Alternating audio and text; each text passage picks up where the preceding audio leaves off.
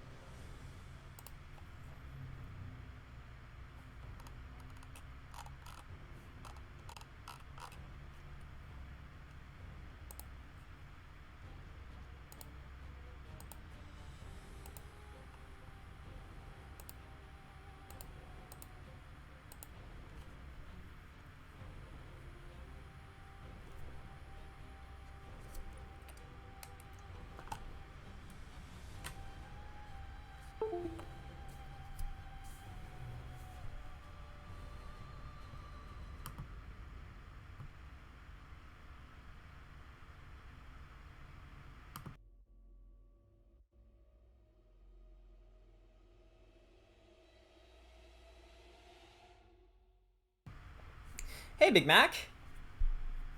Yeah, just waiting for people to get here before the stream begins. I'm gonna give them a 15-minute head start. How am I doing? I'm doing all right.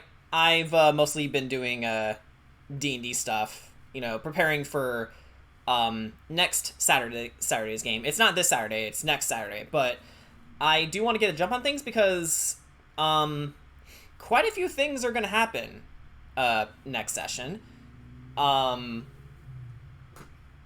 It should be, well, fun wouldn't be inaccurate, but we're not exactly done going through all the feels yet. So there's that. Hey, Crystal, welcome. Welcome.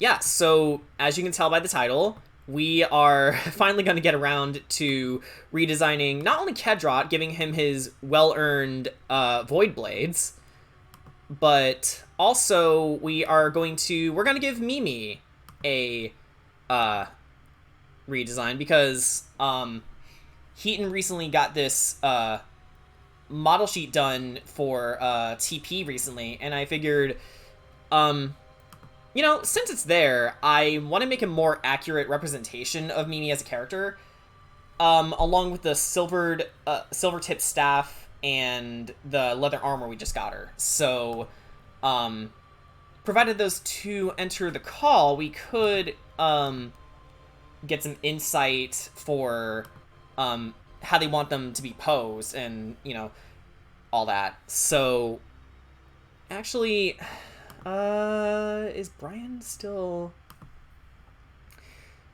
doing stuff? Yes, he is. I am going to ask him via text. Okay. Oh yeah, I should probably put myself online, shouldn't I? There we go. Yeah, I was so wrapped up in D&D prep that I forgot to put myself online. All right.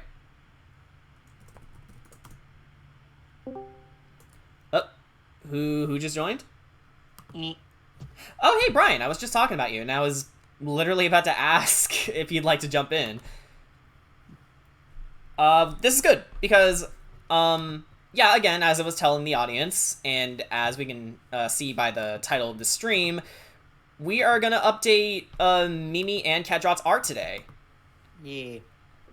And, like, I also want to give your transformation a definitive color palette, because I was having way too much fun with the lighting on this that it kind of bled out your original colors. Yep. So, I just got done with some Unite matches, and BJ holding us back. Okay, Anakin. Why was he holding you back? Because he kept dying constantly and missing his moves. This is what you get for not liking Guard Chomp. I'm kidding. You can like whatever Pokemon you want. Big Mac, you're doing it again. Yeah, can I tell you guys about Saitama's full power? I mean, sure. Yeah, sure. We're not gonna have a lot to say. One Punch Man is cool, but I think the joke with Saitama is that he's too powerful for his own good, and that's why he has such a hard time, you know, being a hero. Because, like, what's the point of trying if you're just gonna one-shot everything? Anyway, TP's probably working. He is online, but he's probably working. Because I would like to ask him, if he has any particular, fits and finishes he has in mind for the leather armor. You know what? I think I'm gonna type to him. His sneeze is powerful enough to destroy Jupiter. Okay, Superman. Yeah. Okay. Pre-crisis Superman. Wait, was it pre-crisis or post-crisis where he did that? Pre-crisis, yeah. AKA Superman as people think he should be. All right.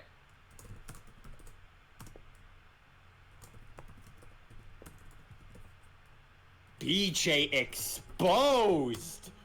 Oh no. He has less than a 50% win rate in Unite. No fucking wonder. I was a little worried because my house has power for a few seconds. Plus, we needed the Wi-Fi because we need to order Cheesecake Factory for the birthday dinner. Oh, right. Again, happy birthday, Crystal. We said this earlier today, but it bears repeating. Everyone say happy birthday to Crystal. Happy birthday. And here's to many more. Yee. You know, honestly, this season of I'm starting to get really goddamn tired of going support all the time because no one wants me to support them. So it's like, what's the point? Yeah, just stick to Greninja then. Yeah, and you see, that's the funny thing. I went to Greninja and suddenly it started popping off. Like it was meant to be or something. Yeah. All right. And then in fact, earlier today too, when I was playing matches with BJ, he went Greninja and he started popping off. It's like, I'm telling you, the solution is Greninja. Yeah. My power my house lost power for a second. Jeez, Yeah. Wiglet's not in tonight. I think they're just saying that because it's topical. By the way, Wiglet's a thing. Yeah, Wiglet is indeed a thing. Before you go hashtag lame design, I think it's supposed to be based off of I don't know, at least from what I've read, the concept of something called cross evolution or something. Anyway, it's also clearly based on those little eels that, you know, they burrow in the sand, and then if something... Garden eel. Yeah, what? Garden eel. Garden eel, yes. It's based on the garden eel, and basically if predators get too close, they'll, like, you know, recede into their holes. Yeah, Convergent evolution, that's it. Yes. Okay, is that a mechanic in the game, or is it just, No, I think that's just what the real life term is. Yeah, broad term. That's what I figured. I just wasn't sure, because again, I'm being very sparse with how much Pokemon news I read up on, because, you know, general rule with a new game, I like to be surprised if I can. Yeah. Okay, so this might be the wrong model.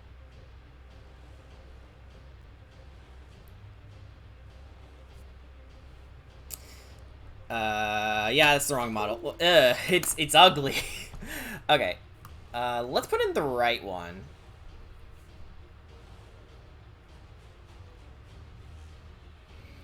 And let me just double check. Check! That was a voice crack! Let's check your body type, Cedrot. We know it's swole, but I want to know what kind of swole. Bum, bum.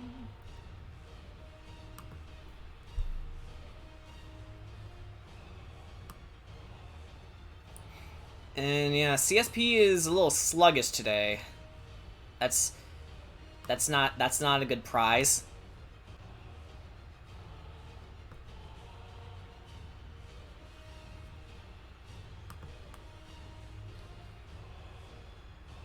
It's similar how some species have prehensile tails in order to climb trees. Yeah, I know.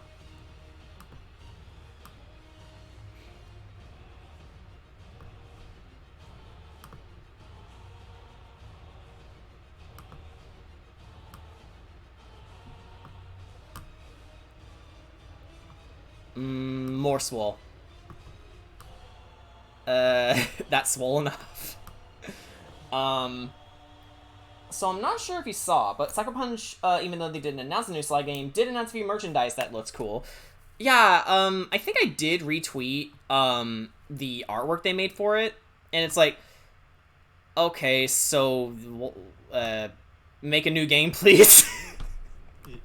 It's like, that's cool, but you know what we're waiting for, right? Stop delaying the inevitable. Although I know that there are some internal reasons as to why they probably can't make another Sly game ever again, but the thing with supply and demand is that eventually you'll have to meet the demand. That's the basics of it. I'm not a salesman under any capacity. I mean, is it any wonder why I'm breaking the bank so hard? But I at least know that, you know, if there's a potential product that can be sold, why would you deprive yourself of sales? It's like bass backwards between you and I. Okay, so Brian, question about Cedrot's pose here. Since he has the Void Blades now, anyway, do you want him just doing a hero pose? Do you want him, you know, mid-flight? Do you just want him walking with either blade in his hands? I almost kind of imagined him having like a bit of a Kratos pose when he like holds the Blades of Chaos, since they're practically the same thing. Okay, could you go into more detail, or maybe can you pull up a reference photo for me to pull from? Yeah. Oh, hey, Jen.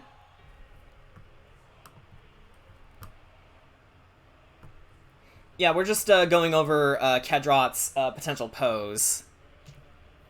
Yeah, something like this.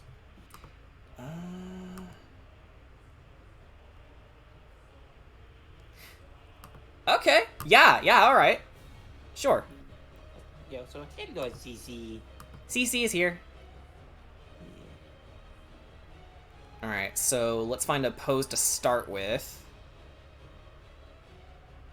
And then we'll distort it to our leisure. Who was the scientist who said that again? Oh yeah, Shirley Temple.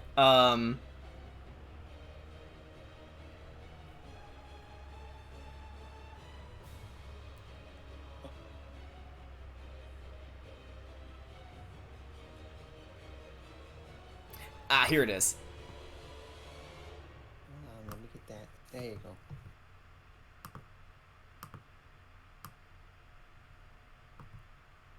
CC just looking at my hand. Silly CC. Say you put that thing any closer, I'm gonna bite it. Put that thing back where it came from, or so help me. We're rehearsing for a play. Yeah, you know, it's a musical.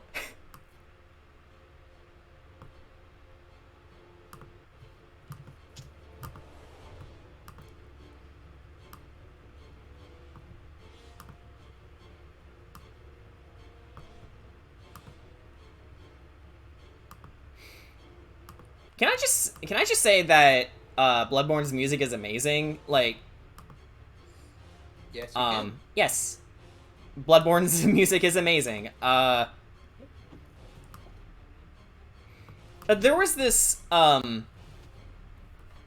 I read on, this particular song, The Blood-Starved Beast, which, really nails home the, musical narrative, where, you know, if you play the game, it matches up pretty well, where, the Blood-Starved Beast doesn't really attack you so much as it starts prowling as soon as you enter, its arena. And the music reflects how, you know, it's starting out as this really starved predator who just found food and is seizing the opportunity, just, like, creeping up to you, getting a read on you before making its move. And it's like, oh my gosh, that is, ugh. Yeah. Imagine Cedrot adopts a cat, and it's Cece, and she talks. So, what? I believe the D&D term is awakened? Yes. Yeah.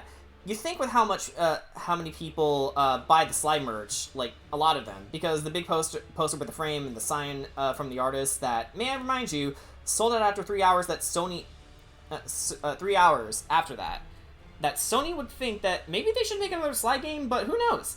I also kind of feel sorry for Jack and Daxter because they got nothing for their anniversary besides an interview from Naughty Dog.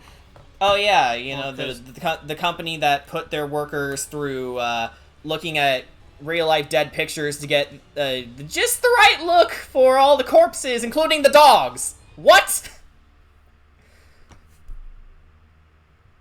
Don't show your animators and artists corpses.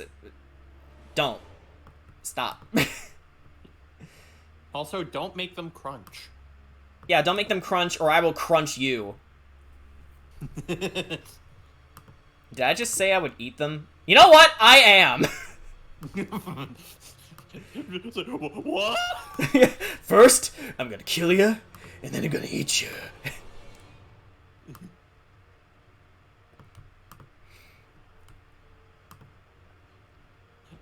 Also, Jordan, we got a new lobby shenanigans. Right, yeah. Yeah, Lythero did another custom raid battle. All right.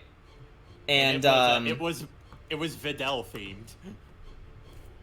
Ah, okay. I like Videl. They also got a paper box in on it. Paper box? Yeah, paper house box. Oh. Alfred. Oh! Yeah, okay. Yeah, all you had to do was say his name. It's like, I don't know what his handle is.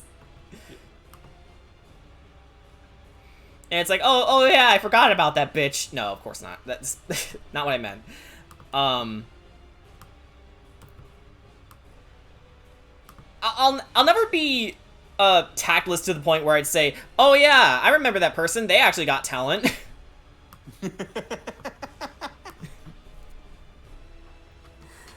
And the same people that don't remember then when their games came out looks at the Uncharted post where they said September 19th is the 15th anniversary when it was in November. They flubbed their own anniversary date? Are you serious, Crystal? For Uncharted?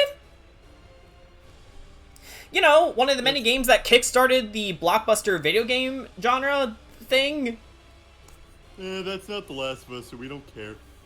I am going to hurt someone with a hot dog. It's like, you know, maybe The Last of Us was a mistake. Yeah. Probably. Well, okay, the first game was fine, they should have stopped there. But no, they didn't. They didn't stop. And now they can't stop. Alright, let's,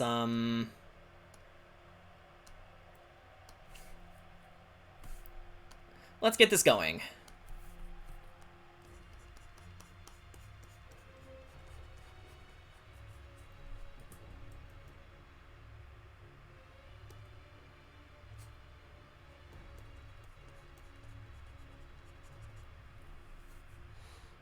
And now I have clipped that crunch.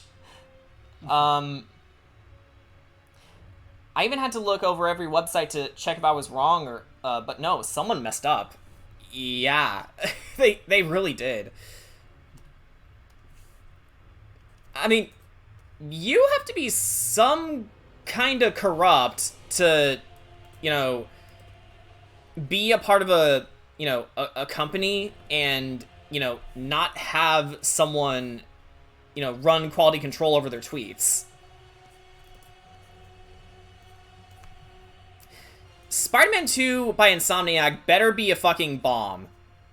Like, a good bomb, not bad bomb. Because if they hurt my boy Spidey next, that's it. Boycotting Sony forever. Which, doesn't help considering that, my family has always had the hardest time keeping up with their consoles. It's like, every time we try to save money for, the PlayStation 3, the rates keep climbing up. Like, we still have yet to own a PS3, and yeah, there's Connor, the PS4 that I bought for Spider-Man PS4, but not only can I never play Spider-Man PS4 again, I think the PS4 itself has an overheating problem that I need to look into still. Cedrot is like, listen, we're looking for a Sonic the Movie 2 kind of bomb, not a Morbius kind of bomb. Exactly. Like, a movie that rocks our socks off. So, apply that to games, and there you go.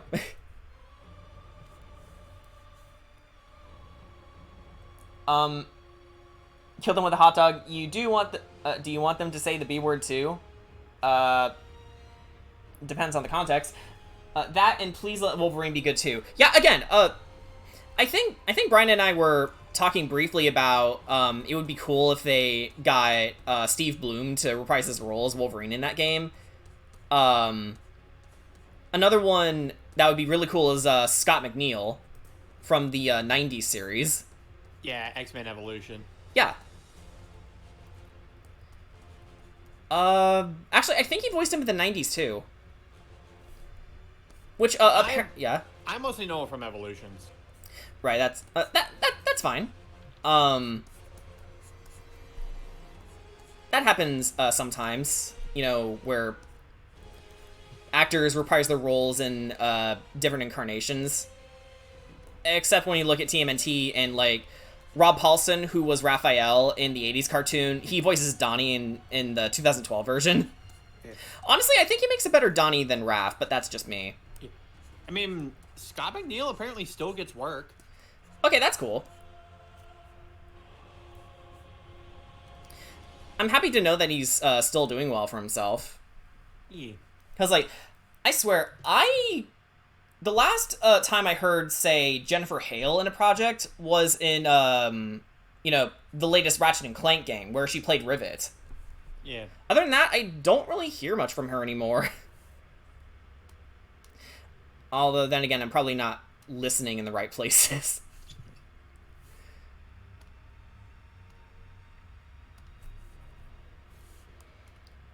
Alright, next we'll do the...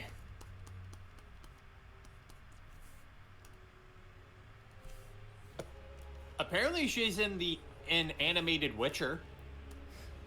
Oh, she was in Witcher? Yeah, Nightmare of the Wolf. Oh, okay, that's the Vesemir short film. Yeah, looks like she was Ilyana. I haven't really seen that movie. I've seen clips of it though. Animation is stellar. Writing's a bit all over the place.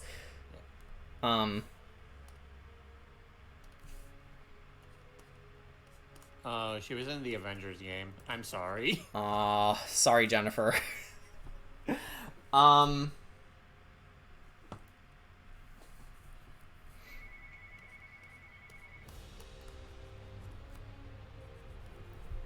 I mean, in terms of Wolverine-ness, this is on topic. Great to see that Hugh Jackman is going to reprise his role in the next Deadpool movie. Yeah. It's great that he's coming back for it. Like, I'm sure whoever they're going to get for the MCU is going to be great, but sorry, no one can touch Hugh Jackman's Wolverine. No one. No, I just love the way that it was announced too. It's like Ryan Reynolds is like, "Hey Hugh, you want to play Wolverine?" Sure. Sure. And I will always love you.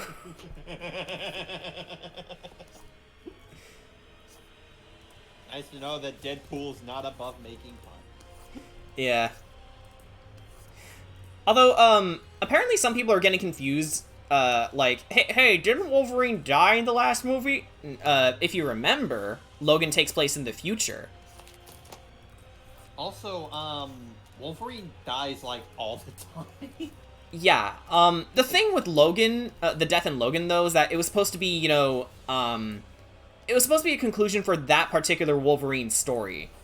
And it at least established in that timeline, mutants were dying out because they put something in corn syrup that, you know, stunted every new mutant's growth cycle. You know, and it got to the point where their powers couldn't develop properly. Yeah, they put something in their corn syrup, and yeah, just I haven't seen the movie proper. I've seen plenty of reviews, and I've seen everything great about Wolverine to know enough about the story. But at least X-23 had most of Wolverine's powers, if not all of them. Yeah. Yeah. So, she was one of the few exceptions, along with those, kids that they found. I do love her dynamic with Wolverine, though. Like, when she finally talked, because, you know, she could only speak Spanish for the majority of the film. Yeah. Because that's where she was raised. Wolverine just looked at her and went like, "You can talk?" She nods, "You can talk." Then what the hell was that for the last 300 fucking miles? It's like, Logan, don't say the fuck word in front of a child. It's rated R. I can say whatever I want, bitch. Actually, in another X-Men movie, I think it was First Class, actually, they were trying to recruit other mutants to their cause, and Wolverine just looked them straight in the eye in a bar and was like, "Go fuck yourselves." I mean, PG-13 is allowed at least one F-bomb. Yeah. If any Marvel character would, you know, get away with the F-bomb, it's definitely Wolverine. Yeah. No question. Deadpool would too. In fact, I actually had like this really funny bit that I imagine they would do for the MCU is because if they bring in Deadpool to join it, his whole shtick is like, okay, we're in a PG-13 movie, I get at least one F-bomb, but he is saving it for the opportune moment. Mm-hmm. And then as soon as he gets it, someone else says it, and he's like, "Are you kidding me?" Yeah, are you kidding me? I've been waiting all film for that! And he just, like, throws a total tirade. He throws, like, a tirade over it. Yeah, he throws, like, a G-rated tirade as he's beating up the guy who stole his F-bomb moment. And from then on, they become arch enemies. It's like, man, I hate that guy.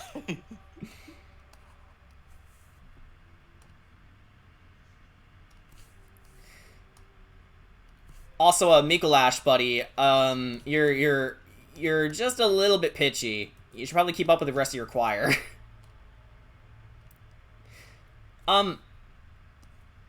If I remember correctly, the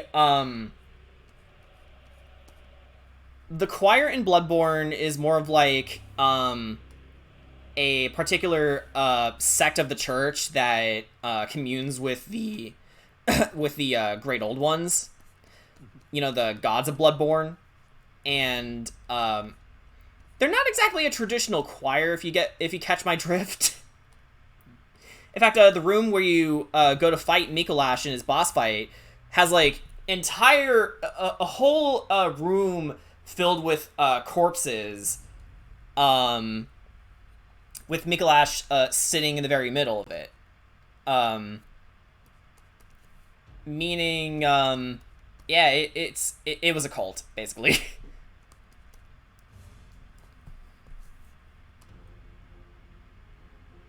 Well, this is an interesting comic I found. Yeah. Oh, hello, turtle. Tortoise. What? You called me a turtle, but I'm a tortoise. Who cares? What difference does it make? I care, and one is what I am, and the other isn't. Oh, and I guess I'm now the bad guy for offending you? That's the problem these days. You're all offended so easily. Well, I say get over it. May I point out just one thing? You seem a lot more offended at being corrected than I am at being misidentified. Gotcha there. You're on the wrong side of history, whoever said that. You're on the wrong side of history, Moose. Oh, okay, it's a moose. All right. You're on the wrong side of history, Bullwinkle.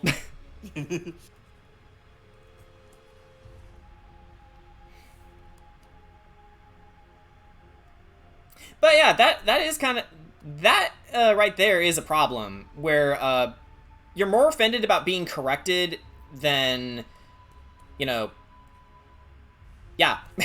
You're more offended with the idea of being corrected. Like, what does that say about you?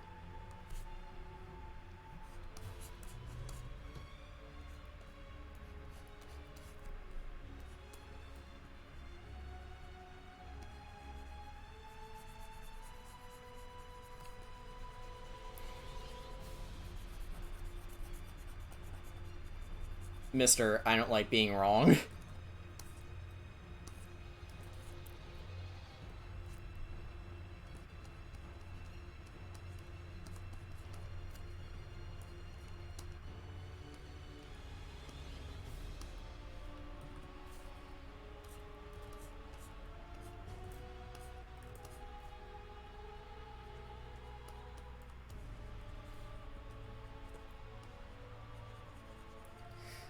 I'll be sure to give Cedrot his mask. I just want to make sure his head is in the right place.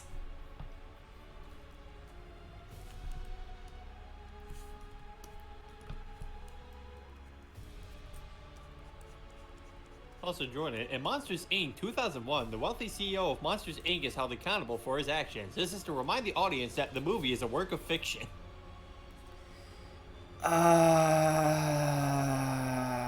That's gonna age like milk. Not even milk, like long expired milk, as in it turned into sludge, and it's just like pouring out of. I'm gonna stop talking now. I think you guys get it.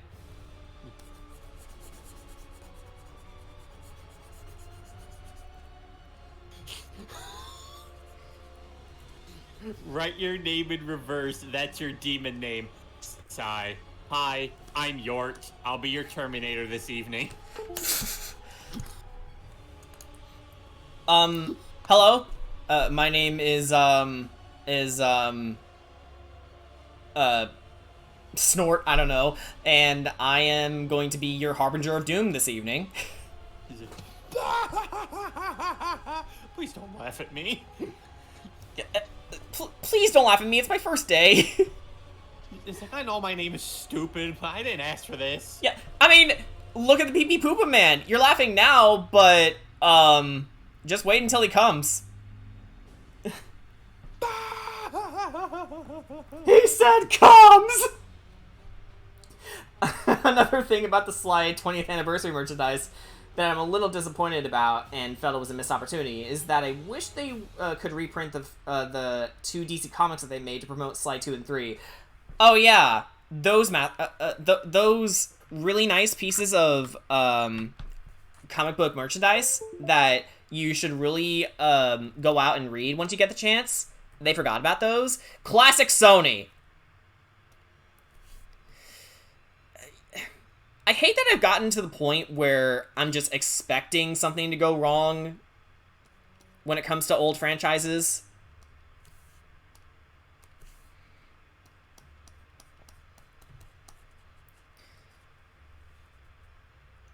I'm not sure they're...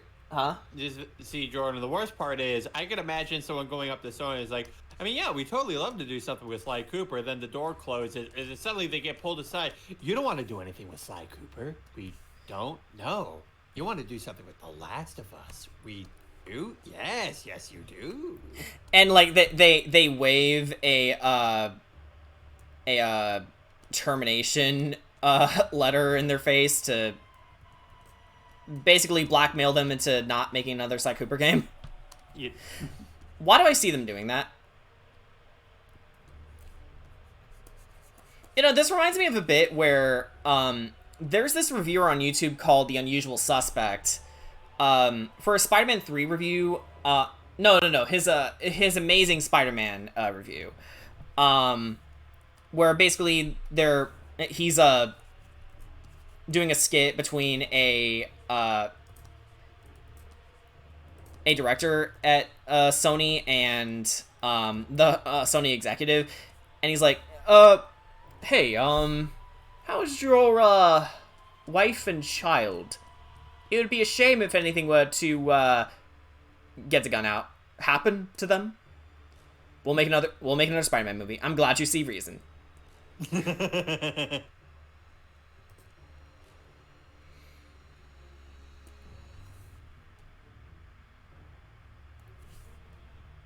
we at least do something for Uncharted? Oh, no. No one wants Uncharted. No one wants Uncharted. No one. I mean, have you seen how poorly the movie was received? I mean, it's ridiculous. What were we thinking? No, that doesn't necessarily mean that you should cancel the whole series. We're not making another fucking Uncharted. Not even with Nate and Elena's daughter, Cassie? No. No! Okay, fine. No one's interested in that. Instead, we should work on making The Last of Us Part 3. Are you kidding me? Ellie's dead. No, she doesn't. What? That's not grammatically correct. Now you're just making noises. And they're like sending out. They're like printing out a statement that they're gonna make a third Last of Us. It's like we're making a third one, and then after that, we're gonna remake the first one again. We are gonna come money.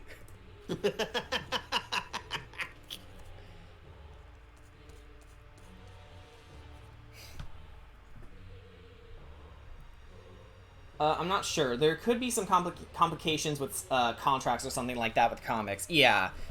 That would be the logical explanation. But given how so many companies fall under corruption so freaking hard nowadays, it's probably because they're idiots.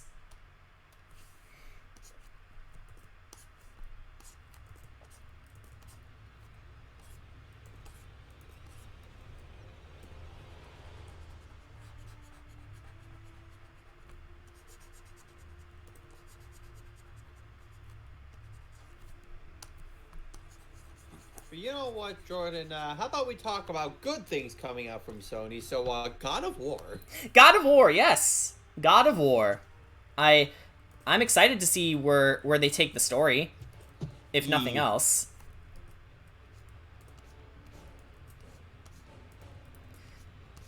Atreus is growing up fast. I am proud of him.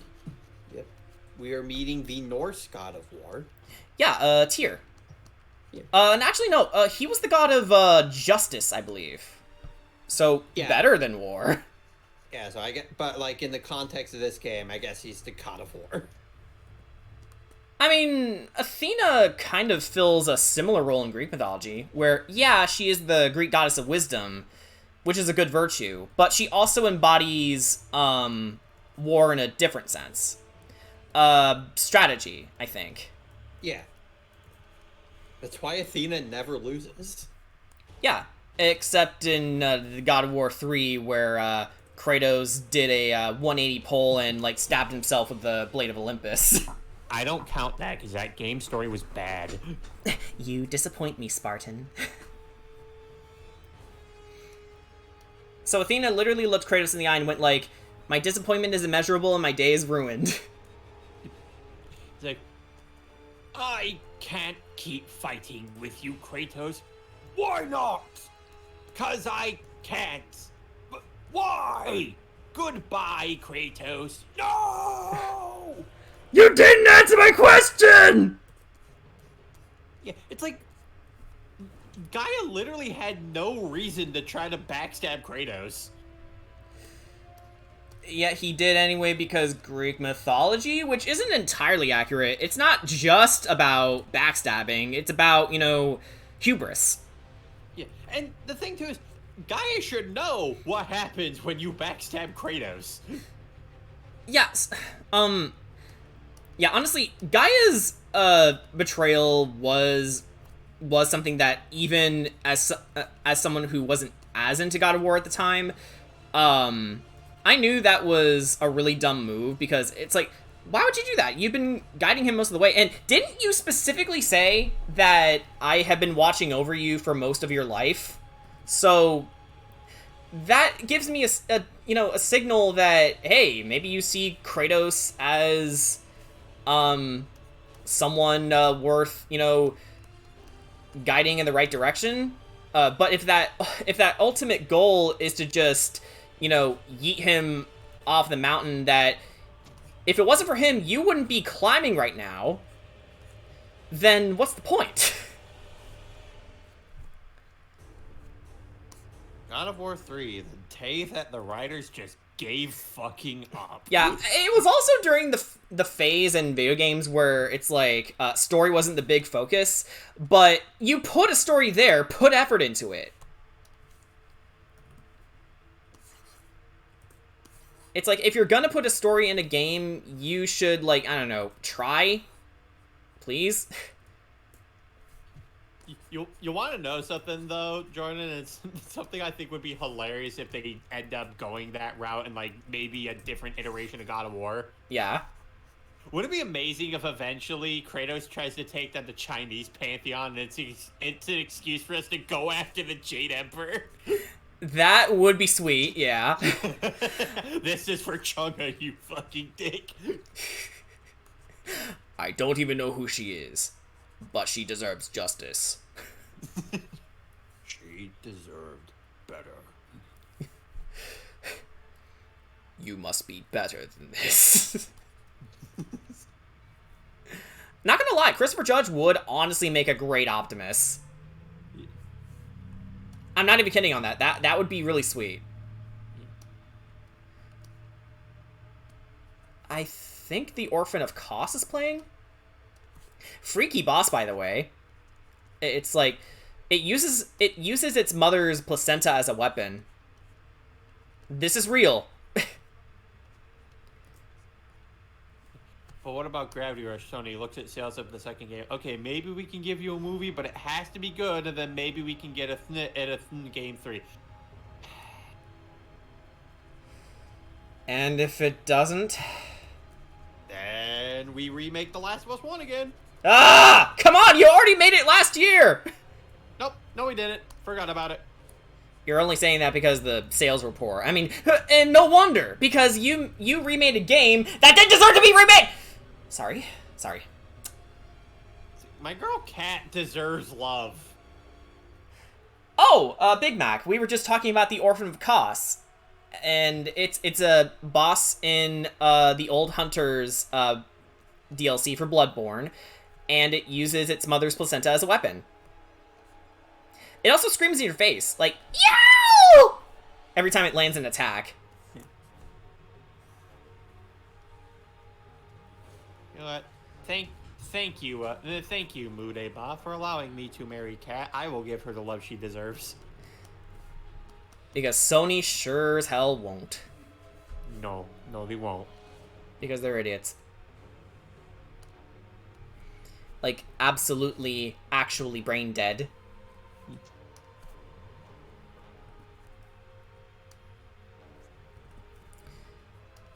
Okay, this isn't the Orphan of Kos. I was thinking of a different track.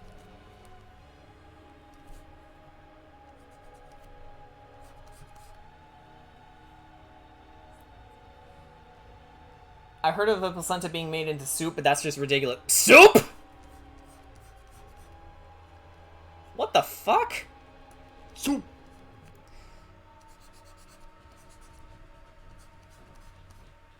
Soup! Insert Rise Splinter saying hot soup or something. I don't know. I never watched Rise of TMNT. I just know that he says it. Actually, the turtles say it too.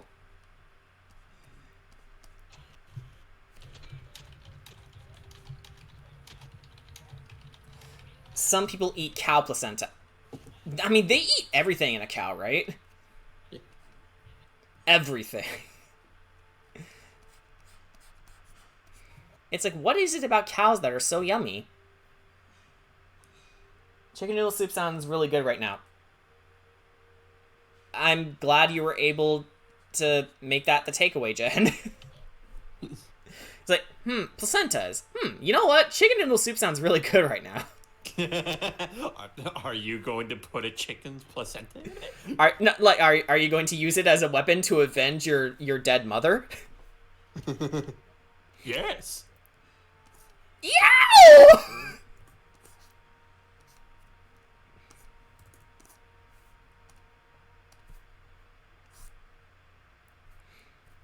I will say one good thing came out of Unite. As a Greninja, I did murder Charizards. That is good. Fuck them Charizards. Yeah, fuck him, dumb piece of shit. The piece of orange shit. I was at I was actually at GameStop recently, and I was asking them about like some of their like pre-order TCG sets, and apparently they can't put the Charizard Premium Collection on pre-order anymore. Well, why not? Because when they did that, supposedly there was a bit of a small error when first putting it up, and they accidentally put in like more units than they were going to be expecting to get, and 10,000 people put pre-orders down for it. Holy shit! This lizard ain't worth it, guys. And again, we say it jokingly, we don't actually hate Charizard. It's just very easy to make fun of it. Because, in fairness, it is overhyped. Yeah, thing is, I will not correct you on it if you try to say that I hate it, because I think it's funny to not do so. Sure. Yeah, it's like, you hate Charizard. I mean, I actually don't really hate Charizard, but I'm not going to correct you because the bit is too funny. Yeah, it's like it's all part of the plan, mind you, but sure.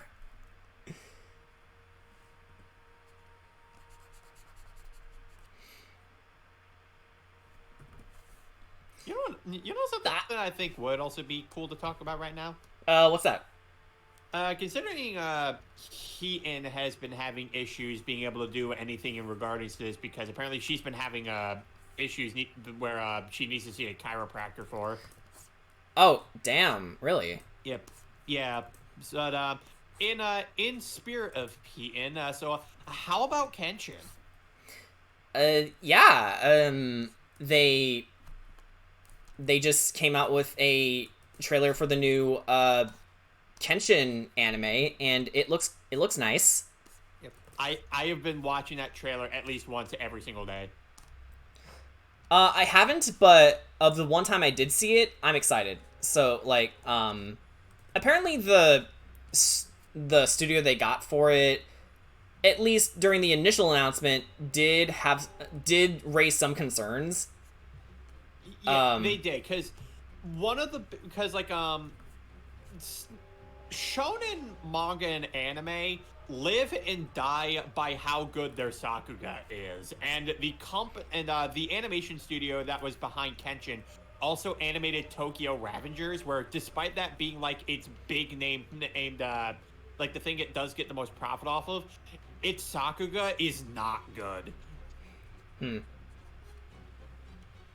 But at the same time, the studio also produced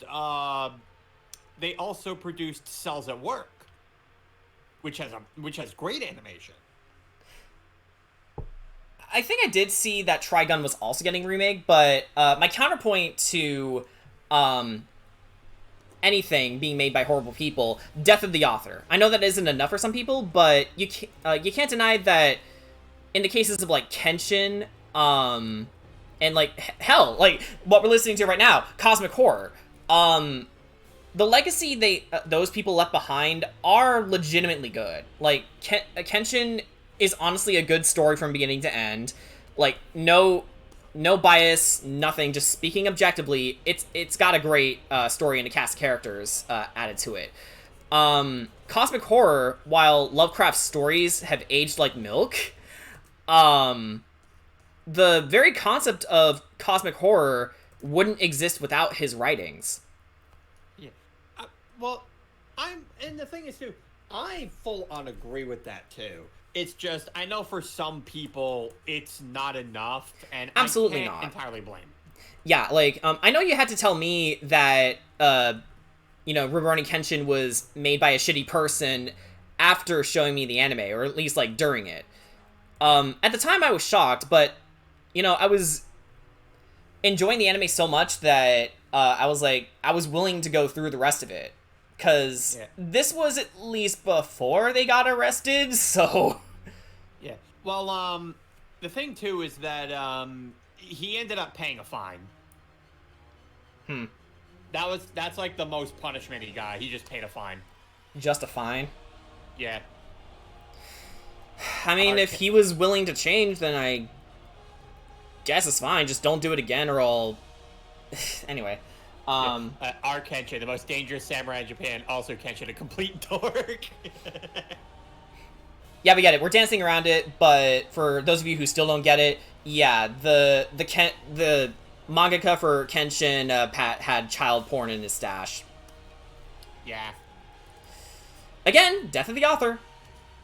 We don't. Yeah, by all means, don't forget that. But at least his stuff was good, even if he himself was shitty.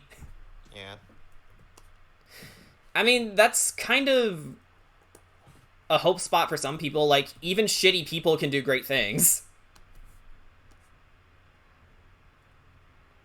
Heh, maybe that's why people like Bakugo. I'm kidding. I am not comparing him to the Kenshin writer.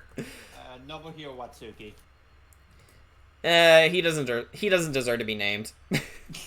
Damn. He lost his humanity by doing that.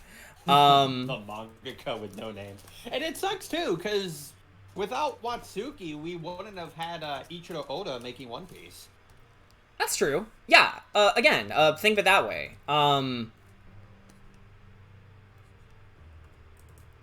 You can inspire a lot of people by, your work. It doesn't matter who or what you are. I mean, that doesn't mean you should go out and do shitty things, but, still.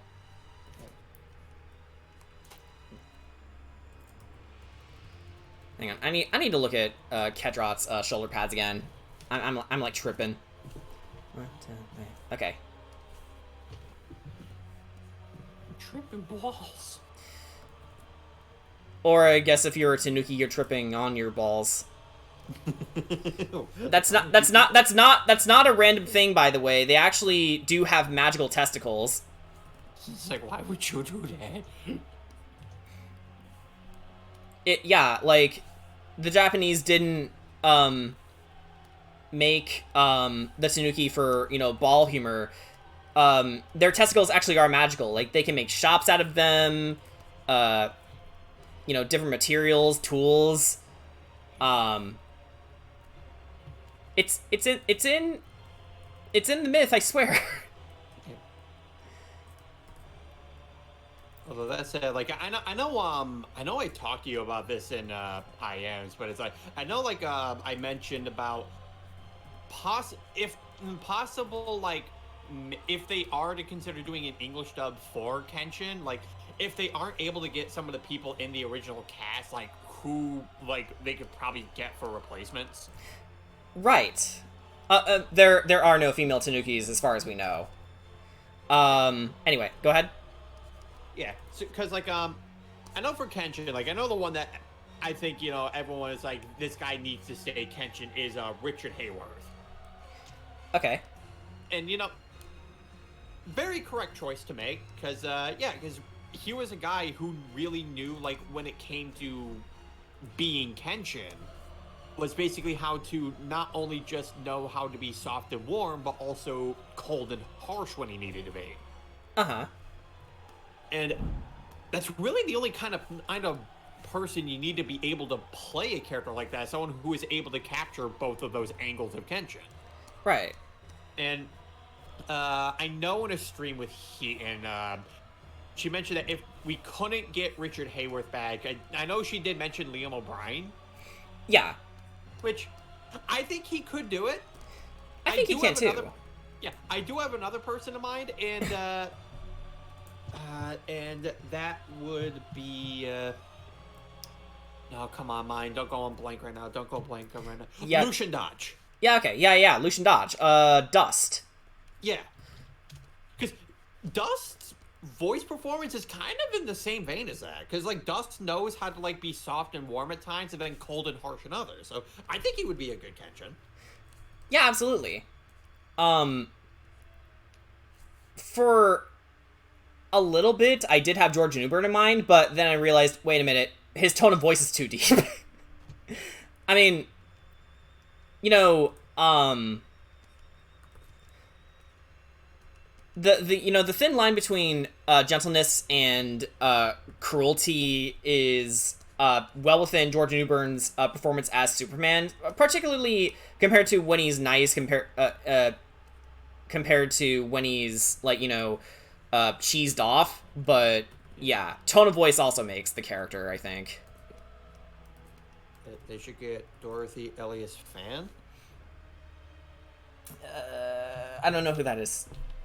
Hold on, let me check.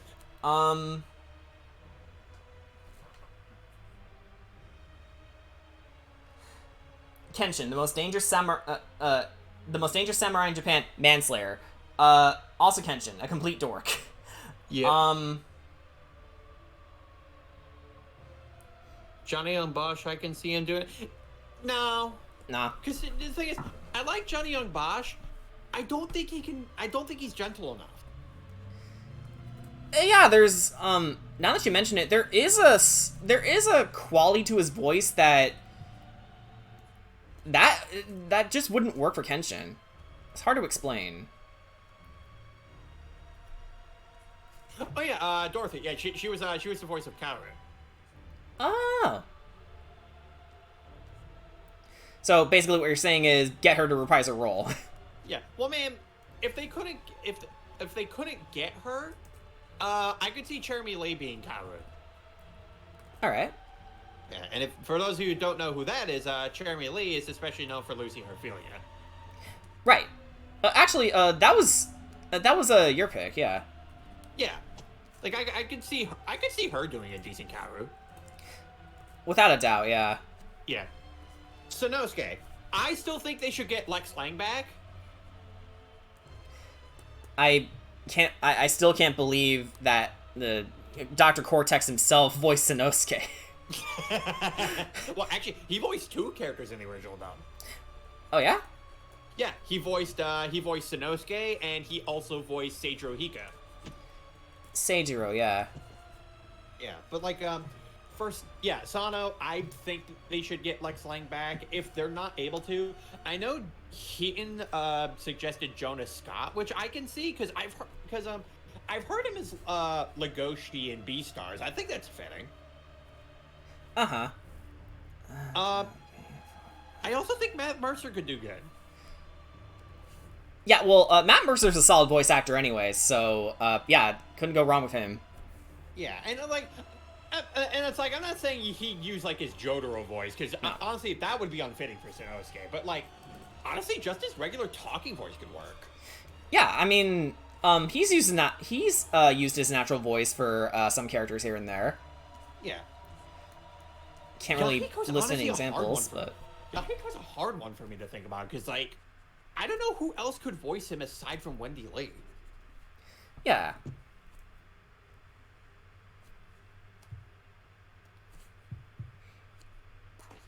I don't know. Maybe Erica Lindbeck? Possibly. Because I know she does. Pretty good voices for like young male characters. Lanny Manila, no. Then again, Lanny voices everyone. And to remind you guys, she was Rouge the Bat. and she was also, believe it or not, Axel from Mega Man X7.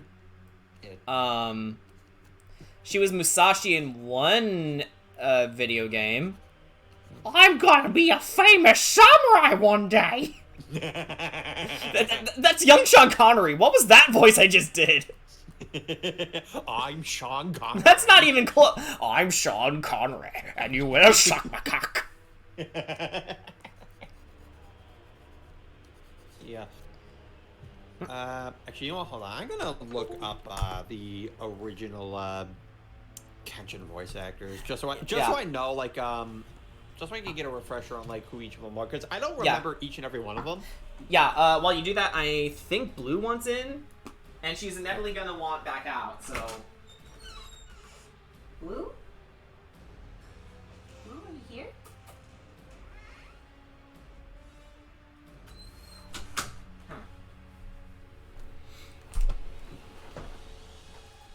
Blue is not here.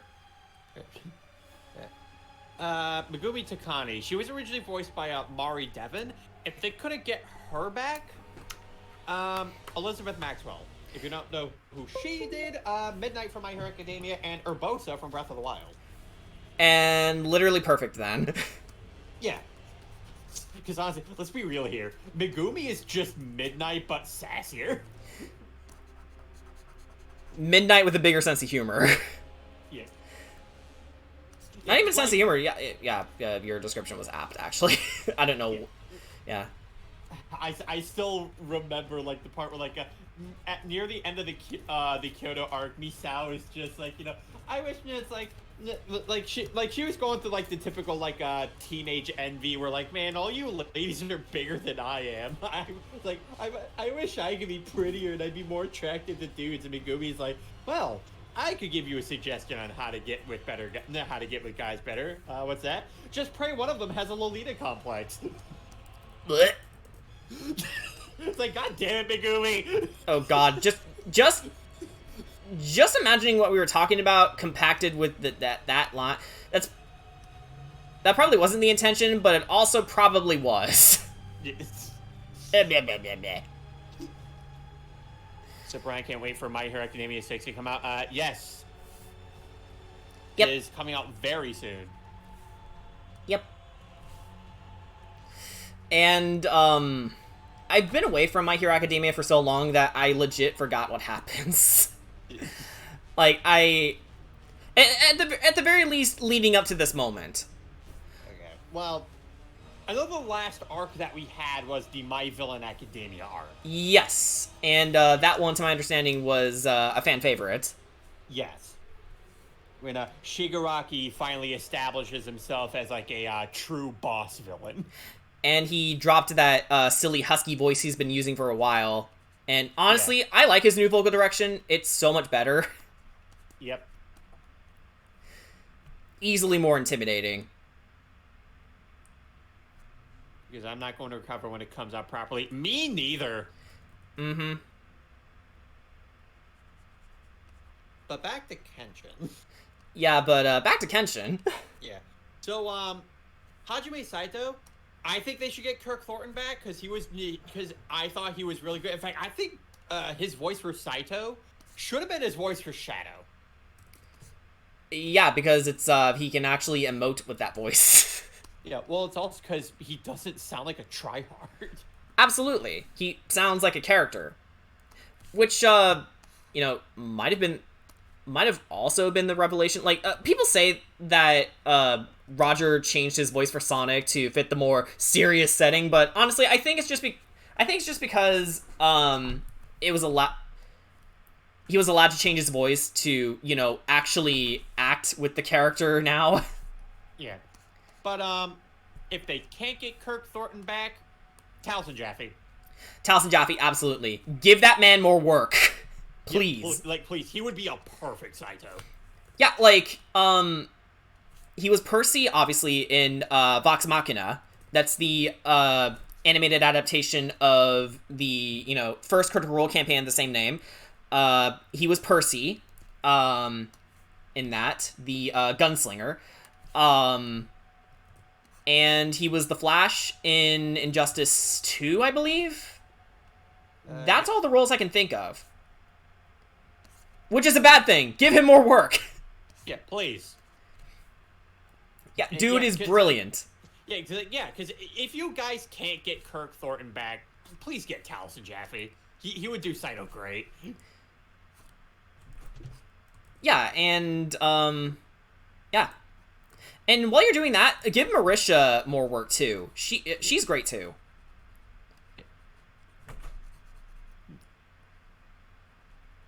I'm trying to think who Marisha could possibly be in Kenshin, because I don't know.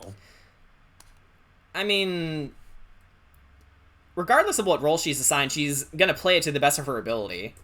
Yeah. Because, compared to everyone else in the Critical Role cast, no exaggeration, Marisha takes roleplay to a whole new level. In fact, she's kind of what I based my role-playing style off of.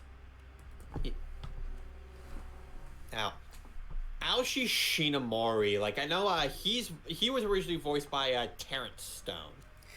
Terrence Stone. I don't know if he's voiced anyone you would probably recognize.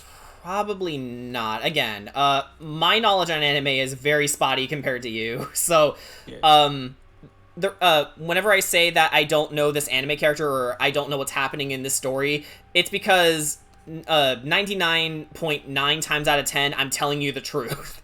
Oh my god, I just respectfully and kindly, stop asking me anime questions. I just remembered in the third Naruto movie, the main villain's name was Shabadaba. I had to gulp my water down so I don't spit it out. Didn't spit. What is that? What? Please tell me you're joking. I am not. You're not joking. I know you liked Naruto. It was your thing. It was your shit. But Wait. Oh, Aoshi's voice actor was in the second Scooby-Doo movie. Monsters Unleashed. Yeah. The fact that I remember that exact title just shows you what I was into as a kid. Yeah. He was the 10,000 volt ghost. I don't even remember that. Then again, I only saw Monsters Unleashed once, and never again. Yeah.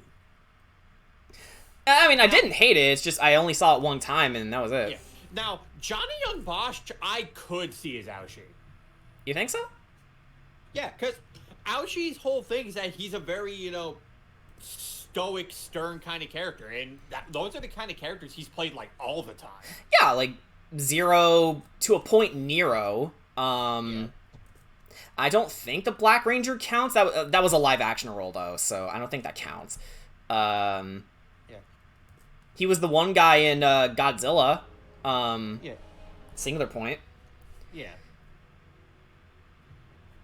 Misao, we would have to get a new voice for her, because, yeah, her original voice actress did pass away. Yeah. Yeah. It is a shame, because she was really good. I mean, if they can get a sound-alike, great, but, yeah. Yep.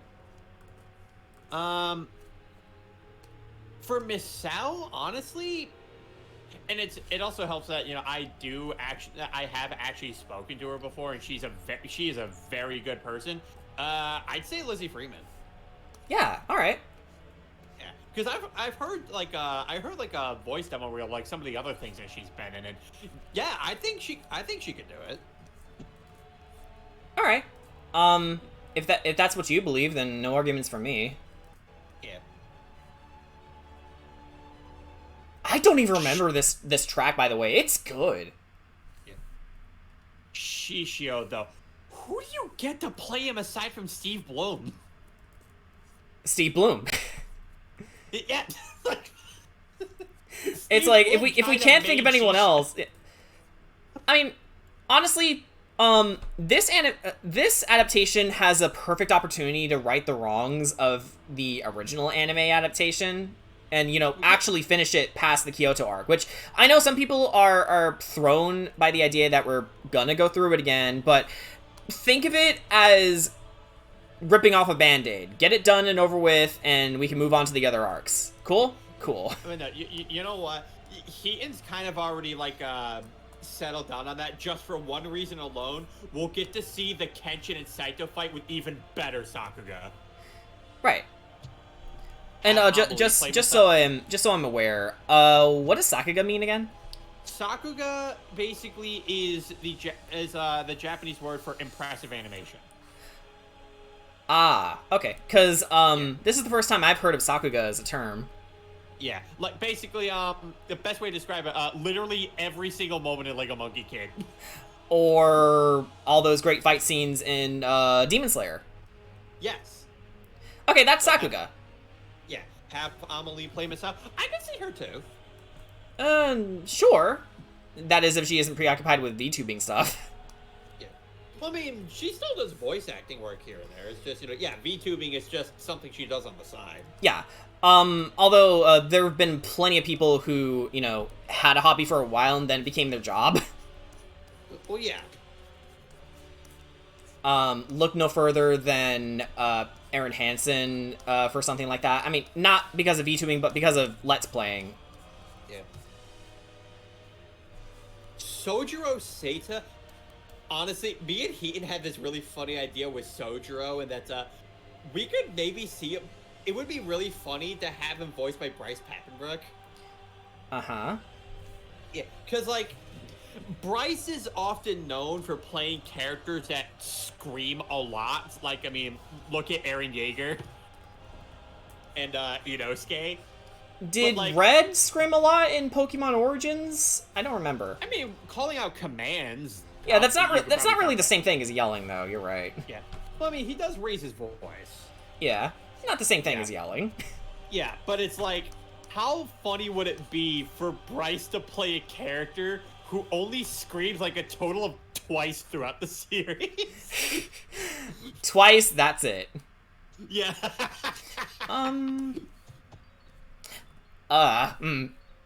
Lullaby from Marigo. Sorry, I can't skip this. It's part of the video. Yeah. Oh, I'm sorry. Did I say video? I mean a soundtrack that I bought with my own money. What money? You're listening to a video on the Twitch? But- We're gonna find you. We gonna find you. We gonna find you. We're gonna hunt you down. And we're gonna throw the Nokia after you. Nokia! Ah! No! You can't pull out the Nokia. That's cheating. But yeah, the creepiest song in Bloodborne. This plays after you kill Murgo's wet nurse, which isn't dirty. Wet nurse is an actual term. It's basically, if I recall correctly, it's a nurse who watches over the baby, so a maid basically. I think shortly after birth. I don't know. I don't remember. I'm just talking out of my ass. Something to do with babies. The baby. Actually, there was someone who analyzed the lore of Murgo's wet nurse, and apparently after her death, Murgo herself starts, she was crying for most of the fight, but after you kill the wet nurse, she stops, like, completely, makes no other sounds. So, it's also the one place in the game where it says Nightmare Slain instead of Prey Slaughtered. Here it says Nightmare Slain, so people brought the theory that not only did you end Murgo's nightmare, you also ended her life. So Yeah. you killed a baby. It's about on par for Bloodborne, so...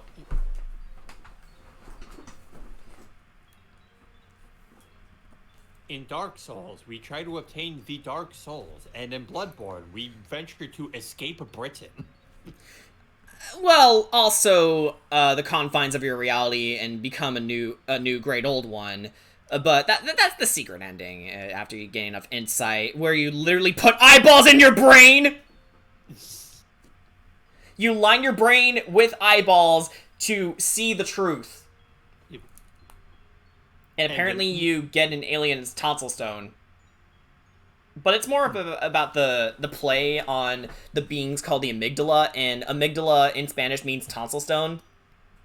Huh. Yeah. But it How actually specific? it actually refers to the part of the brain. They were just being silly that day. Yeah, it's like, how specific?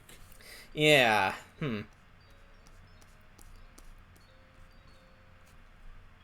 Speaking of which, the horrors in Curse of Strahd have yet to end. Of course not. Because we haven't even started. I mean, we haven't even seen half of what Barovia has to offer. You know, we haven't seen the Amber Temple yet. There's talks about werewolves. The party did help wolf hunters. Where's the werewolves? They are somewhere. They're somewhere lurking and waiting.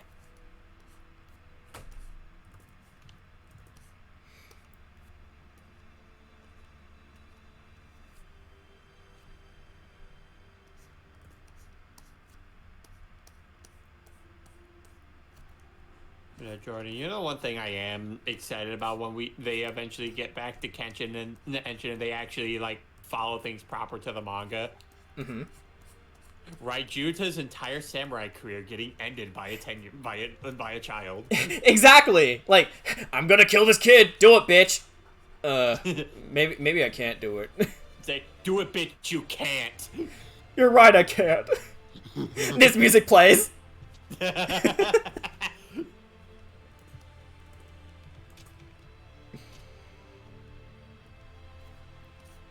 And maybe better representation for Sano, please.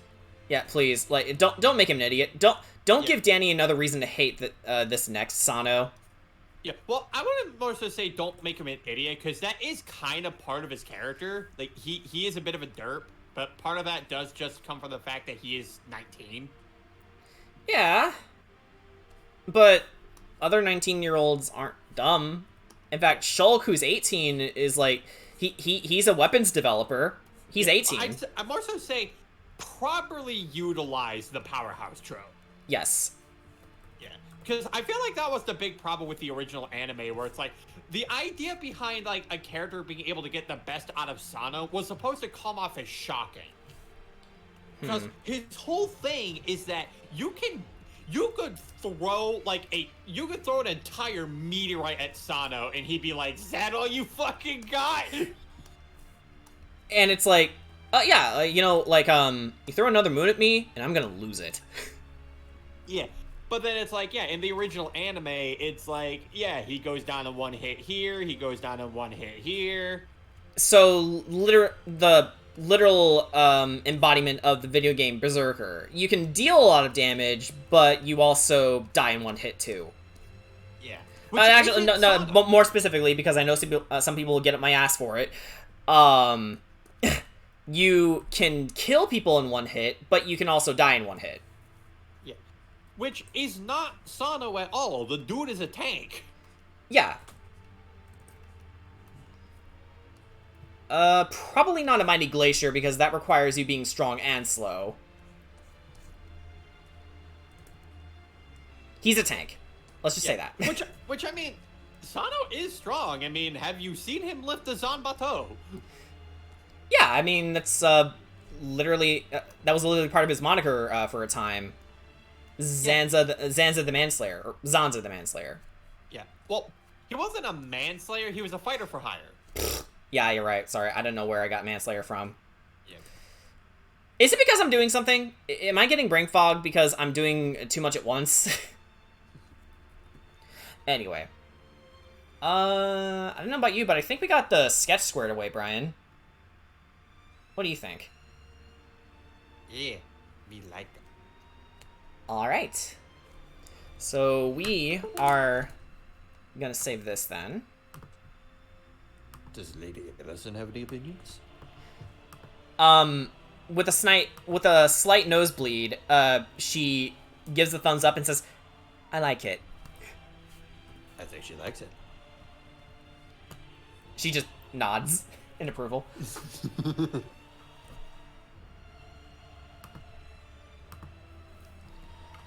Alright. TP has not gotten back to me yet, but... Oh.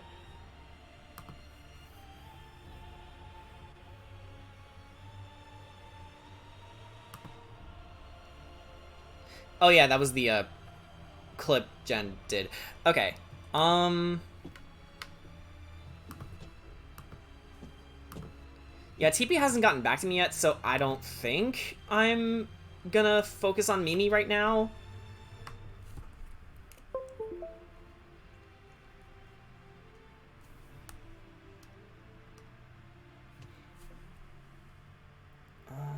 Okay. Obviously, there's some refinement to be had, but...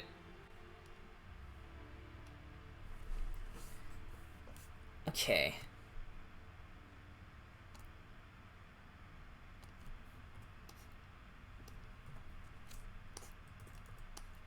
I found something that's rather relatable.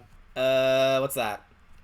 So I found this little image that someone put together saying why it's hard to switch task, and then in parentheses, let's call it tendril theory. Tendril theory?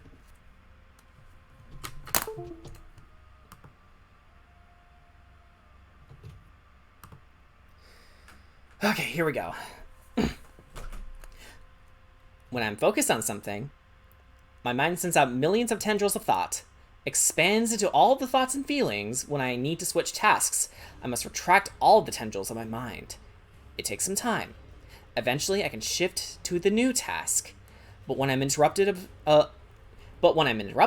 or must switch abruptly, it feels like all the tendrils are being ripped out. That's why I don't react well. Please give me time to switch tasks when I'm ready. Okay, I was kind of reading to the tone of the music, but that's actually very relatable for me too. Yeah. Let me finish this one for this task first, then I'll get to the other one. Calm down. Yeah. Oh, thanks, Crystal. Looking good, she says. Yeah. I mean, that's not hard for Cedrot. I mean, come on, it's Cedrot. Yeah.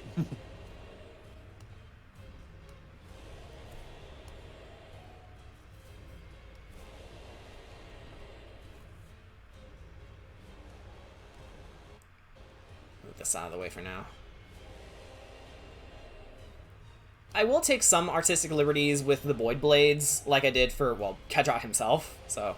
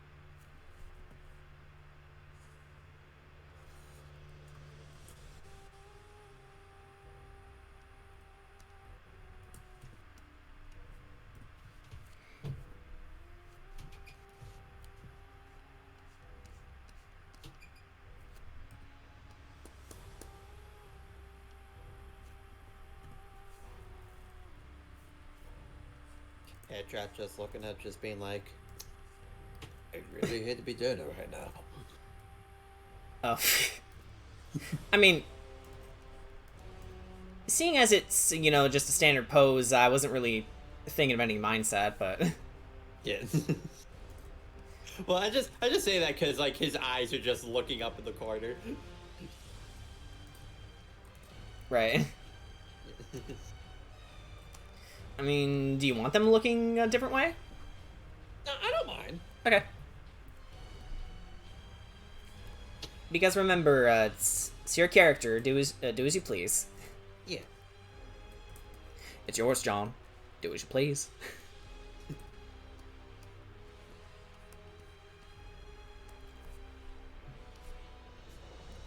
I like that slide they do in this song.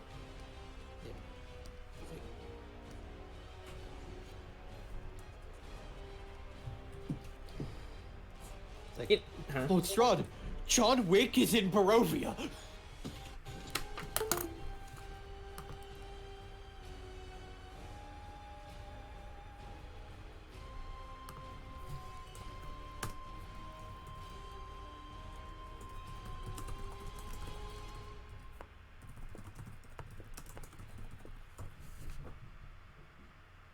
Okay, TP finally got back to me. Okay. Yeah.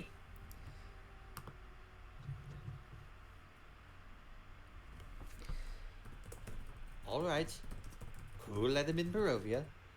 It was Durna. He did it. What?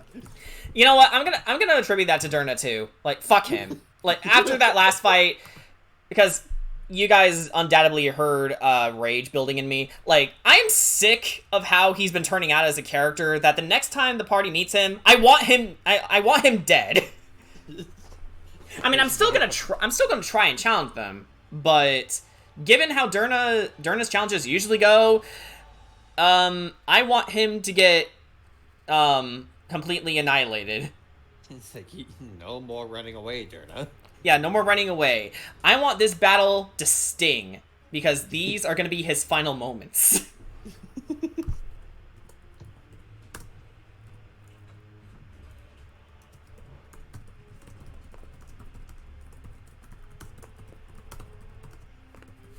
If I can make like a quick backpedal to Kenshin though, I don't care who they get to voice Cho. But if he does not have his over-the-top southern accent, I want a retake.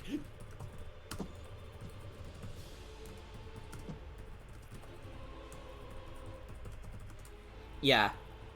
Sorry, type into TP.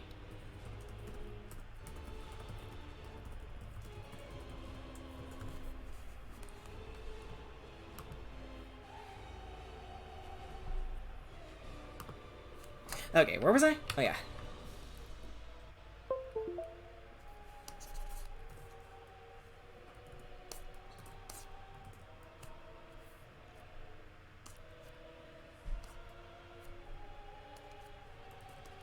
Oh, it's the best song in the game.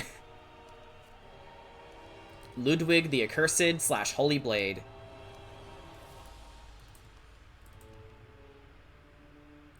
Have you seen Ludwig the Accursed?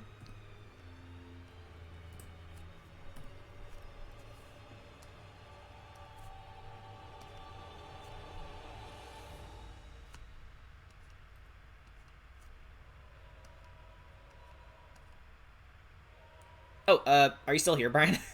Yeah, I am. Oh, okay, because, I don't think you heard me. Have you ever seen Ludwig the Accursed from Bloodborne? No. Big horseman with, a giant gaping hole with teeth in it? No. Okay, well, I'm not going to show it to chat because it's creepy, but, if you're morbidly curious, you can, look up images of Ludwig. This is his theme, though, and it's amazing. Did you guys know that the live-action actor for Onishi Yuki Shoto is playing Zoro in the Netflix One Piece series? I didn't even know that was the thing. Also, why are they making a live-action One Piece? Remember what I said, chat. If you ask me anything about about anime, I'm not going to get it. I'm sorry, I'm just not. I will say, though, if we do get the Genju arc, Yeah. Anishi needs to be voiced by Kellen Goff. I'll take your word for it. honestly, I think the voice he uses for Overhaul would be perfect. Yeah, okay. Oh wait, okay, I remember him now. He was Diavolo. Yeah, Diablo. He was Funtime Yeah, Diablo. Freddy. Yeah, Glamrock Freddy. Yeah. And It's that's like, it. like yeah, because like the voice that he uses for Overhaul, I think would be really good for Enishi because it's not too deep, but it also gives the same kind of uncomforting feeling where it's like he's not trying to come off as intimidating, but just hearing him like you feel uncomfortable. Okay, so this man's is a little fucked in the head. Yeah. Oh no, ad break. Ad break, huh? Oh. And it's Lucasfilms. Lucasfilms? Like, Stairwares? Stairwares. Oh. Okay. On a Jordan stream. I mean, gotta get the revenue somehow. Sorry, guys. You're advertising Stairwares. I mean, I like Stairwares. Okay, well, technically it's not me advertising it, but it's nice that they thought of me. I like Star Wars. I do. I haven't seen The Mandalorian though. I've seen the entirety of Kenobi. I don't see what the problem is, people. I'm sorry, I just don't. I literally don't see what the problem is. It's fine. I like it. We'll like it less. No. How about you go fuck a duck? Okay, Mom, so, the Kooky Celtic, Mr. Jordan said that I should, go fuck ducks. Should I do that, Mom? Tucker. No! No, God, no, absolutely not.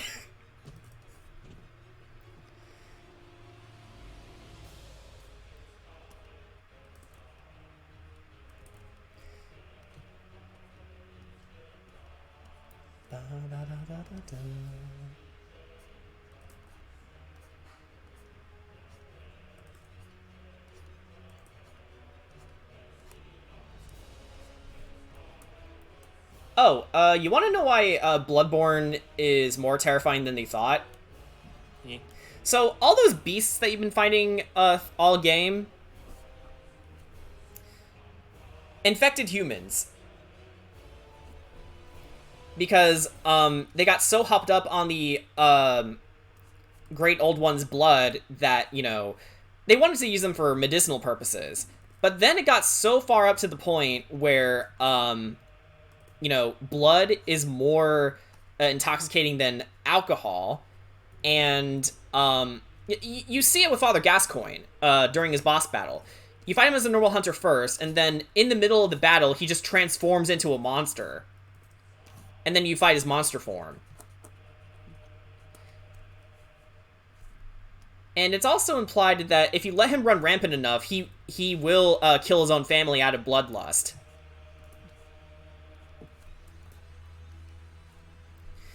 Maybe don't fuck with alien blood next time, Yarnum.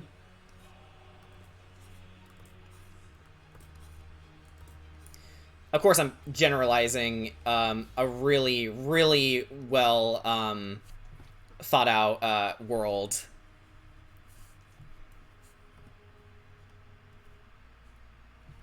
We should make Bloodborne into a Disney movie. How are you gonna Disneyfy something as horrific as Bloodborne?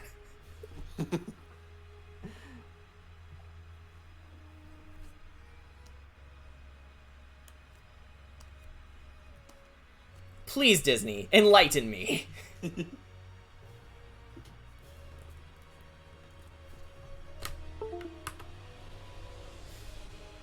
We change the blood into money.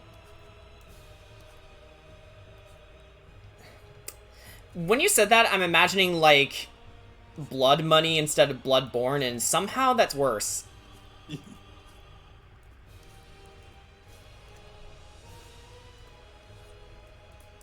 And then it becomes,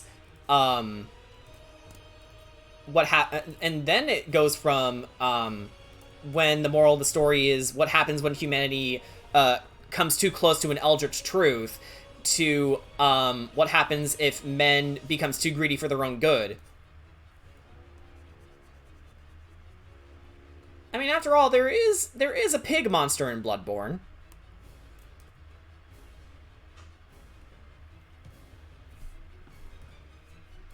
It's not a boss, but it's a possible monster you can encounter.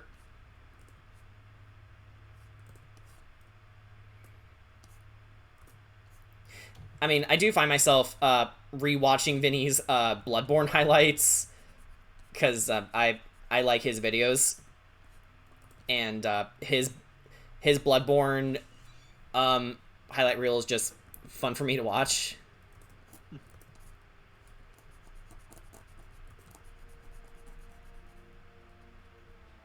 Which, by the way, I can't wait for when they finally finish his next highlight reel for Elden Ring, if they're still working on it.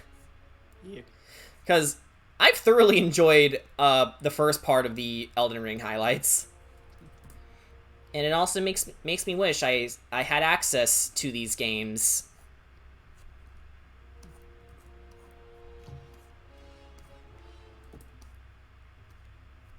And please release Bloodborne on PC. It's a good time.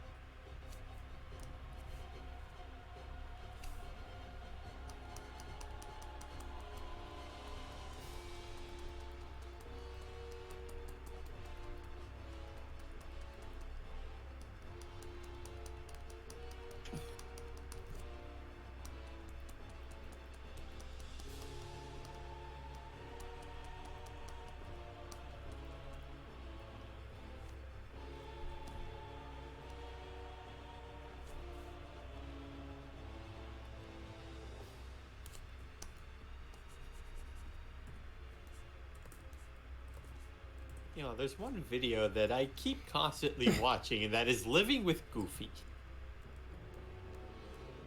Oh yeah, is that Damien? Is it that one? Yes. Right. Like, Goofy, you forgot to flush the toilet again.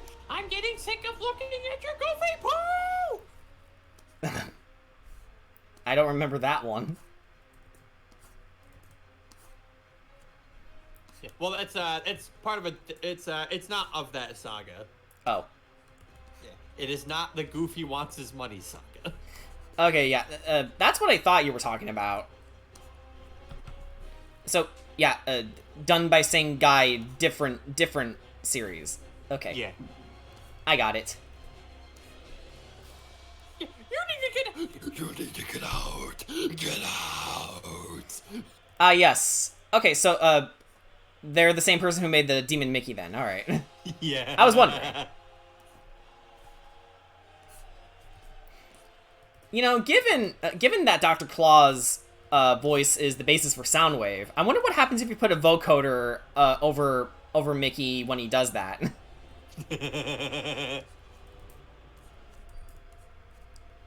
Operation Corporation. Operation Kingdom Hearts. Yeah.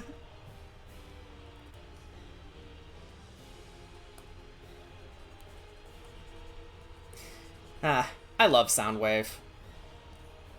Soundwave superior, Autobots inferior. Indeed. And, the one Decepticon who almost never fucks up. And he's also Megatron's best friend, even though he doesn't show it. It's like, did anyone other than Starscream get me results? Soundwave's the only one who raises his hand. Why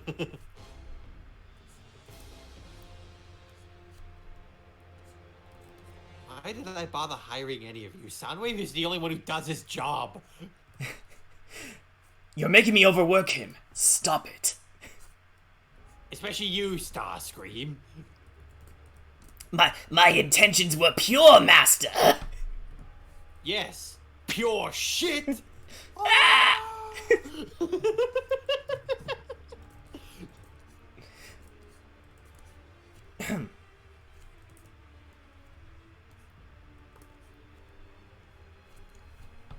Anyway, so, Starscream, I'm giving half of your paycheck to Soundwave.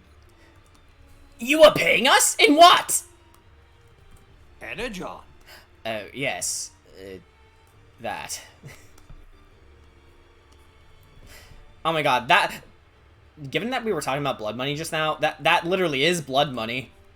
Because not only is it energy for their vehicles and their weapons, it's also energy for them. Damn. Megatron would do that.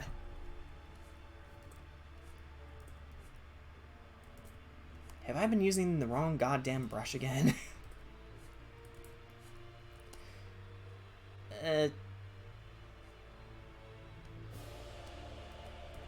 Okay, seems fine, but... Oof.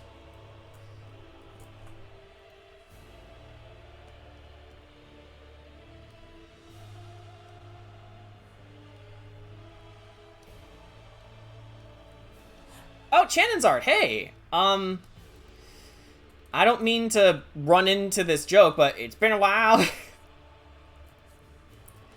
Yeah, we're just, redesigning Cedrot for, Curse of Strahd. And also Mimi, but we're saving Mimi for a little bit later.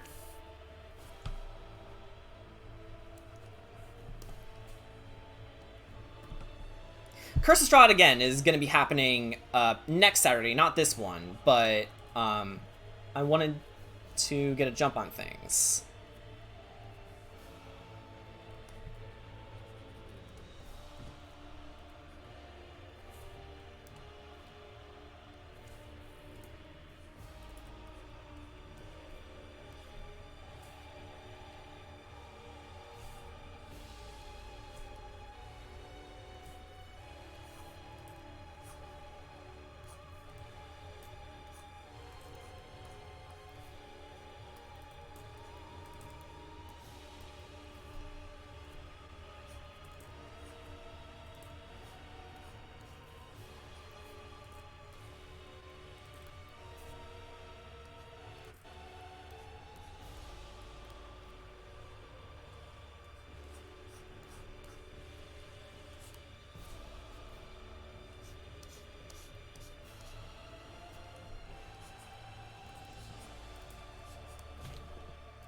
I has put spaghettis in microwave. Neat.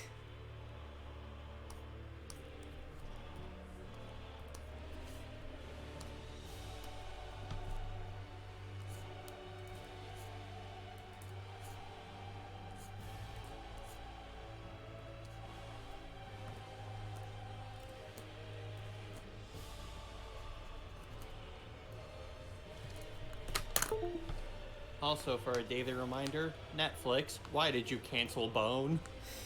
Oh yeah, isn't Netflix blocking VPNs now? I think they are. Because if so, they need to stop.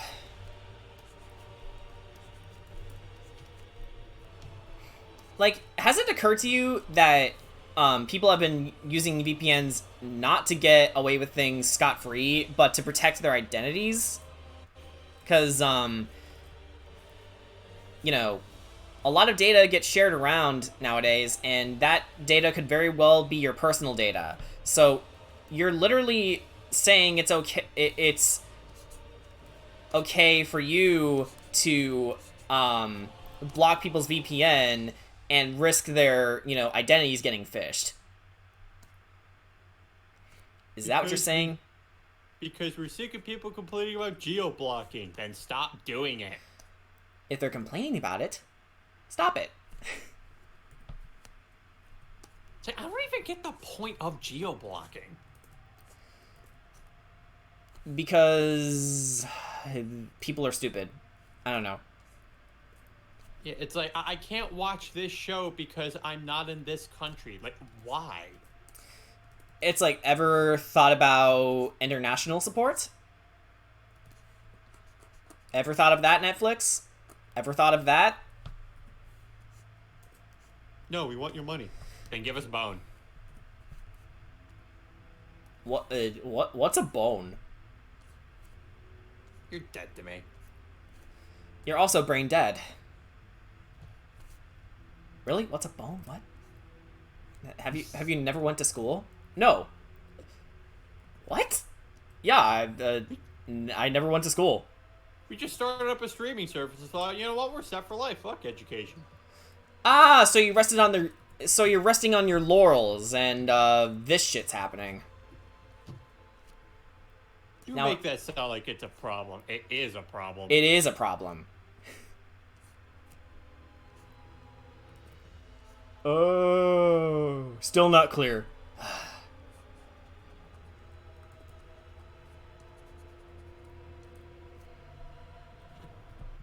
Grog, I think you need to rage. Okay, so correction. This is the Orphan of Kos's battle theme.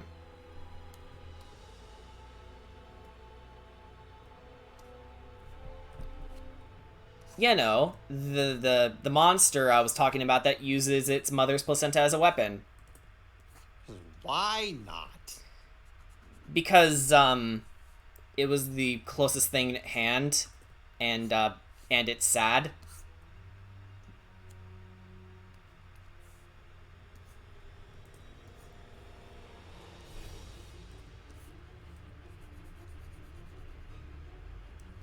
Oh yeah, I believe it sprouts wings, for the second phase. 'Cause that's fun. Oh no, it can fly! A Soulsborne boss with wings. It's like what happens when the cockroach grows wings. Yeah, that's exactly it.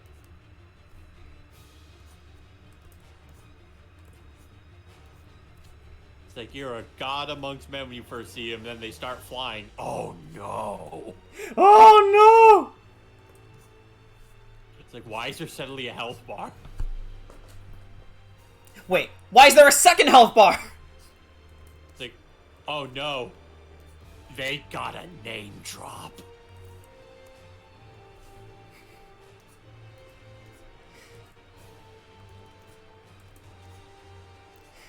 Sir Rochia, the cockerel.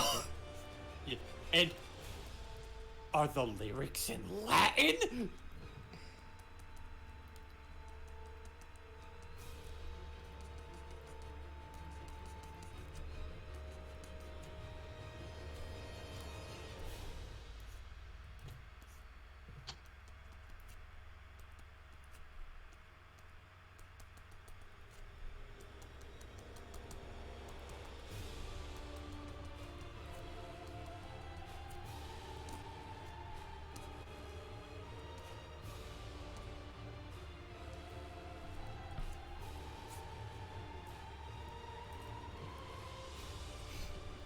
You never took human anatomy? No, why? Sometimes they have these model skeletons. How does that help? Yeah, that's what a bone is.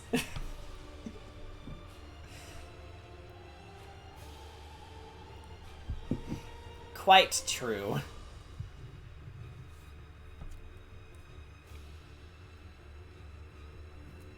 Then again, they never took school either, so yeah, they wouldn't have taken human anatomy.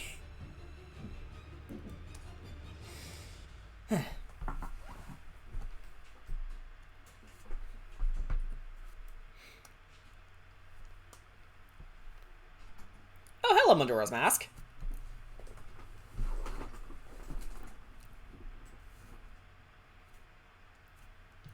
How long have we been going, by the way? An hour now. Okay. Do do do do do do.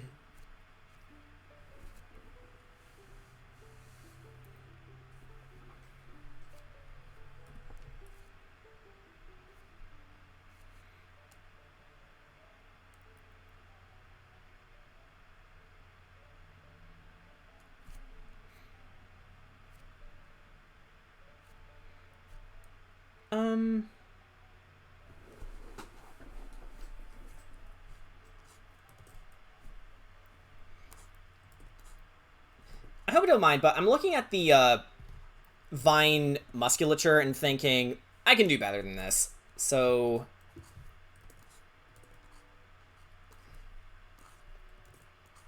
I like the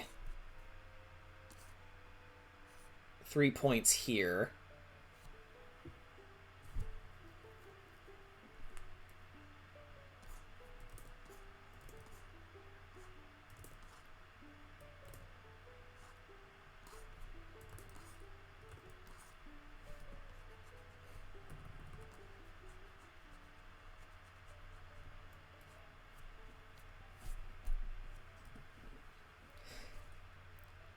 in terms of the streams I have done, Majora's Mask is probably still one of my favorites. Fucking arrow games. Fuck the archery minigames, though. I am glad I'm done with those. Hey, we finally figured out a way to record 3DS games. Actually, you know what? I think I would have a bit of an easier time with the 3DS versions, because, you know, I can actually aim using a gyroscope, and I adore gyroscope aiming.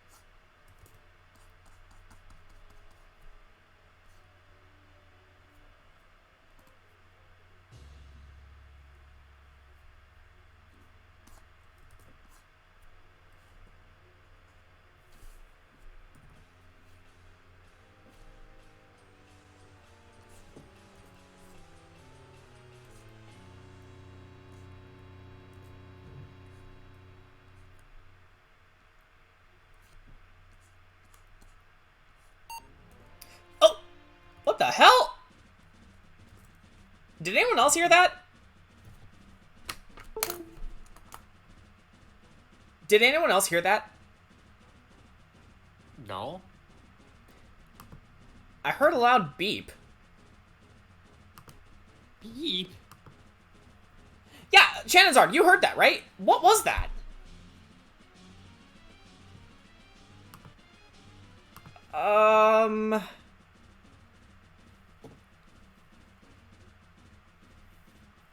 That wasn't... What? Okay, it's gone now. Planted? I hope not.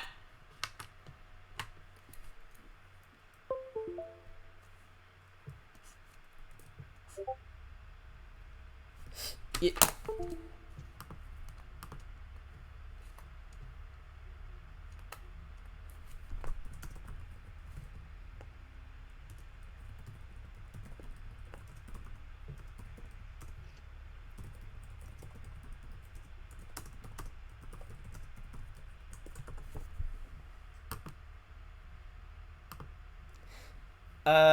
Okay, hang on.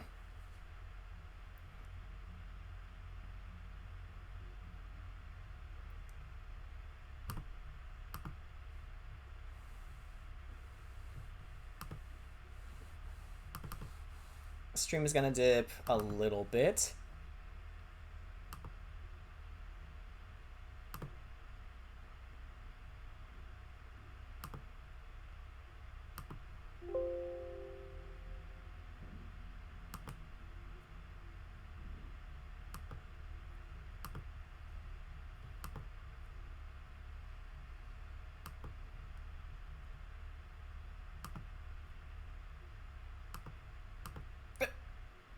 I heard that.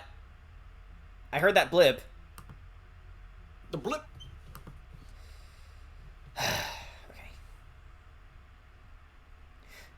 Okay, yeah, so music, I'm gonna stop you for a bit. And I am going to save my progress on Cedrot here, because I'm afraid of what's gonna happen.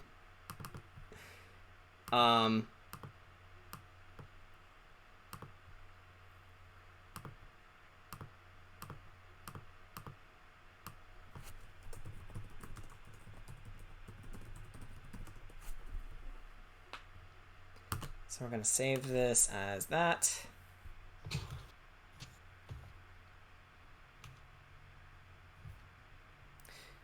Yeah, looking at it from afar, I'm really liking how the biceps looking now.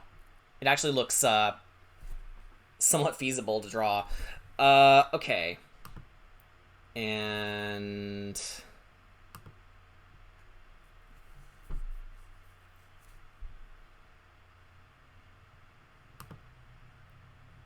we'll put the music back on in a little bit, but something is a little hinky here. Believe it or not, that is a word.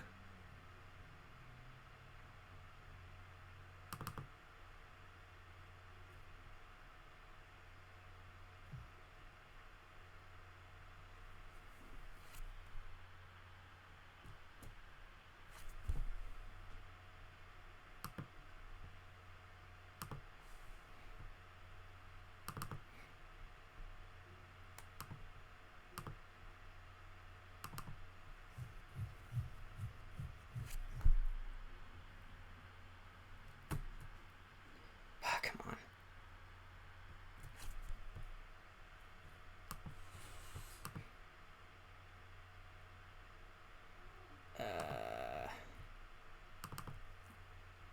Earlier, I wanted to make a special sentient sandwich, but then I thought, another time, sentient sandwich? I'm sorry, what? What do you mean?